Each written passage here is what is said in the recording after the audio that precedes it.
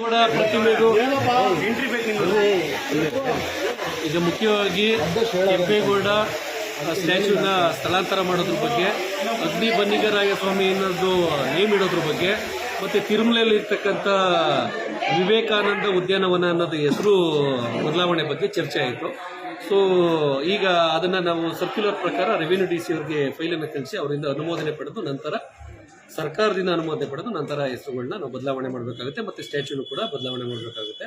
ಕೆಂಪೇಗೌಡ ಪ್ರತಿಮೆದು ಹೈಕೋರ್ಟ್ನಲ್ಲಿ ಪ್ರಕರಣ ಪ್ರಸ್ತುತ ವಿಚಾರಣೆ ಹಂತದಲ್ಲಿ ಇರೋದ್ರಿಂದ ಹೈಕೋರ್ಟ್ ಆದೇಶದಂತೆ ನಾವು ಮುಂದಿನ ಕ್ರಮ ಕೈಗೊಳ್ಳಲಾಗುತ್ತೆ.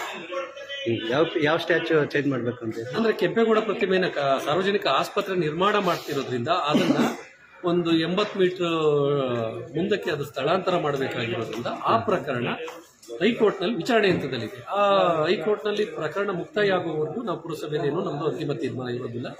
ಬಟ್ ಇಲ್ಲಿ ರೆಸಲ್ಯೂಷನ್ನಲ್ಲಿ 2ನೇ ಬಾರಿ ಅದು ಚರ್ಚೆಗೆ ಬಂದಿದ್ದರಿಂದ ಯಥಾಸ್ಥಿತಿ ಕೈಗೊಳ್ಳುತ್ತೆ ನಾವು ತೀರ್ಮಾನ ಕೈಗೊಂಡು.